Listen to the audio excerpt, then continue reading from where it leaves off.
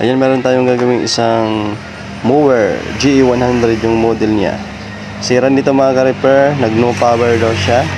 Nasira yung adapter. Sinalpakan nila ng ibang adapter, ngunit ayaw gumana. So, ang ganitong sira mga ka-repair ay talagang hindi po gagana yung ibang adapter. Kasi baliktad po nito ang connection sa loob. Kaya hindi po gagana.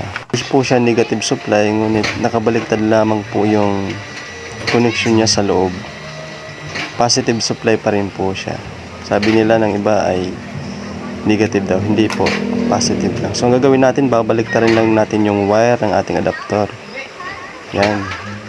Bali yung positive magiging negative, yung negative magiging positive. Babaliktarin lamang po natin yung connection kasi sa loob ay baliktad po yung connection. So ayan, okay na siya mga ka-repair. Sana meron po kayong natutunan, lalo na po sa mga hindi pa nakakaalam na mga guitar player at sa mga baguhang technician. Maraming salamat!